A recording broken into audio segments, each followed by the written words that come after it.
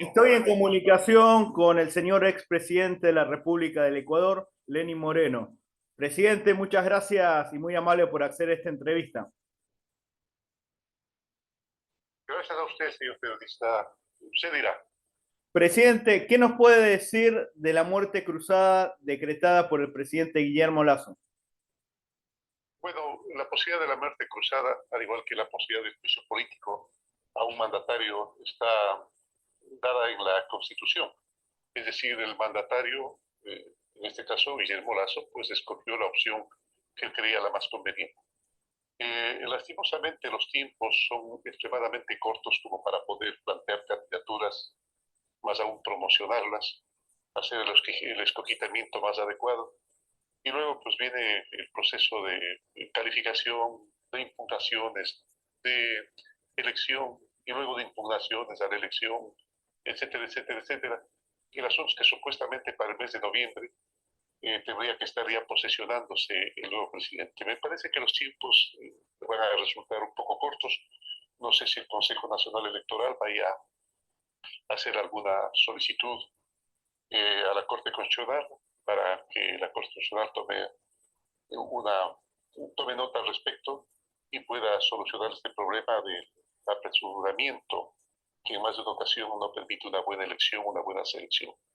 Presidente, ¿se podría decir que el problema que tuvo Ecuador en las últimas elecciones es que se presentaron 18 candidatos a presidente, que se fragmentó el voto y el electorado no conocía las propuestas de todos?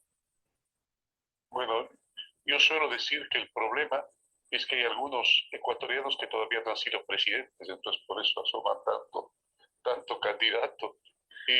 Sí, la fragmentación, la atomización, lo único que lleva es a dispersar un poco el voto y hacer que el escogimiento sea más dificultoso, más tortuoso y a lo mejor no se escoge de la mejor manera. ¿Usted nota que hay persecución política hacia su persona, que hace unos meses un fiscal pidió su detención? Bueno, sí, el juez no acogió el pedido, pero se debió fundamentalmente, creo yo, a un temor hacia la vuelta del socialismo del siglo XXI, del correísmo, como está representado en el Ecuador. Y como recuerda usted, la misma fiscal sentenció a Correa y a todos sus adláteres, de repente quería hacer un guiño a la un guiño al correísmo triunfador de las elecciones seccionales. Pero yo le diría a la fiscal que no se preocupe, que no van a volver jamás, que ya prácticamente quedó sellada su tumba política y que el correísmo no va a volver nunca más, porque es autoritario, porque es anti-instituciones, porque es contrario a toda forma de libertad, a toda forma de libertad de expresión y a la libertad de las instituciones, al respeto a la vida y a la libertad privada. Entonces el pueblo ecuatoriano sabe escoger de la mejor manera. Presidente, ¿usted no llegó a la presidencia con el voto de los correístas? Las acusaciones que se hacen son acusaciones totalmente infundadas. Algún momento, con un poco más de tiempo, a lo mejor resolvemos con usted cada una de ellas. Resolvemos realmente, me refiero, resolvemos cada una de ellas. Acusaciones totalmente infundadas, como el hecho de que yo he participado en un negociado que correspondía eh, hacer el estudio de la obra, seleccionar la empresa que construya la obra, buscar el financiamiento, construir la obra, entregar la obra y además, lastimosamente, hacer la entrega de la garantía antes de haber verificado si la obra está mal o bien hecha. Eso lo hizo el correísmo.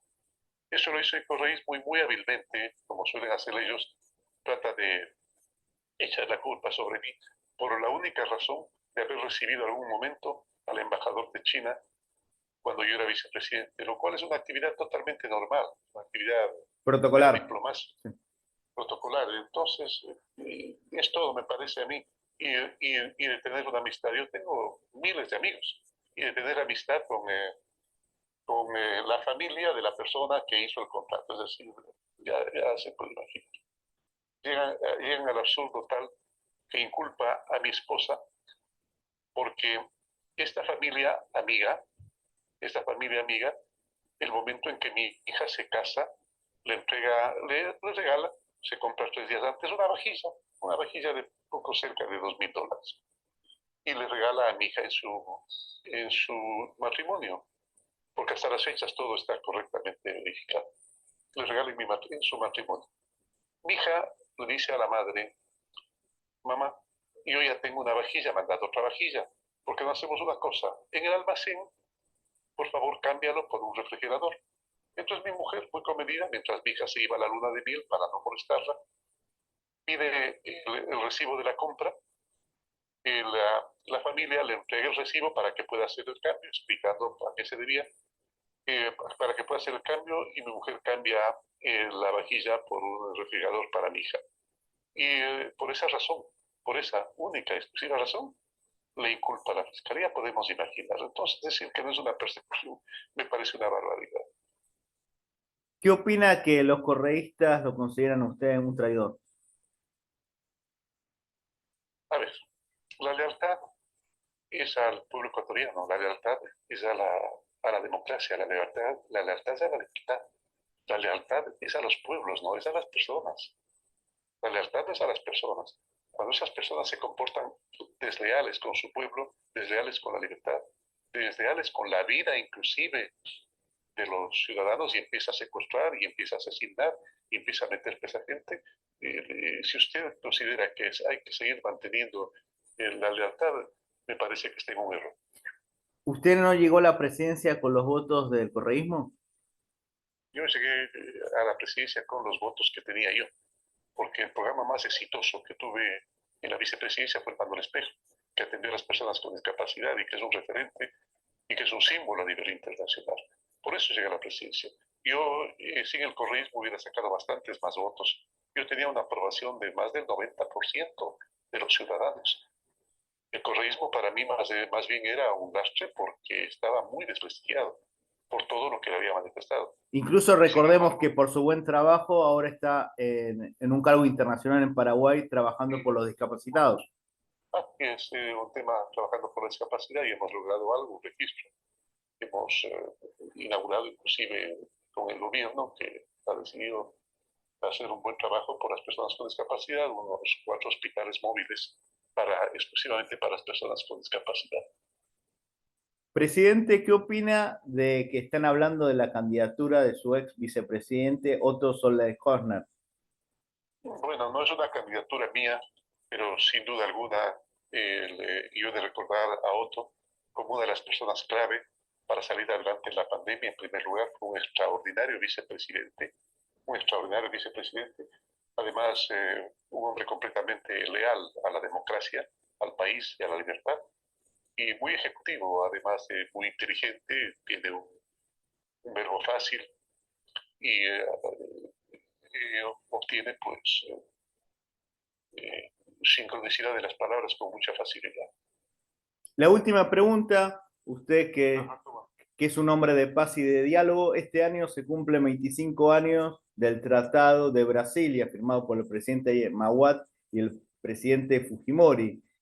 Se recuerda la paz definitiva con el Perú después de largas décadas de conflictos. ¿Qué nos puede decir del mismo?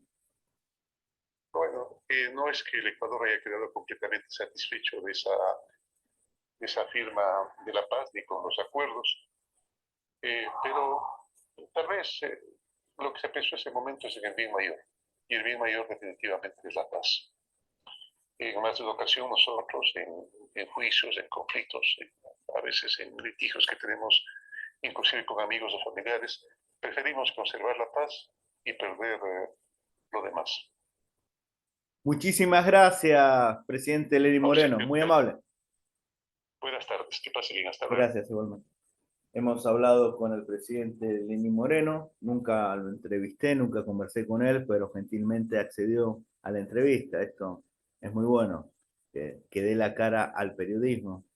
Una persona que hace poco fue acusada o sentenciada, no sé cómo quedará el tema legal, donde le pidieron prisión.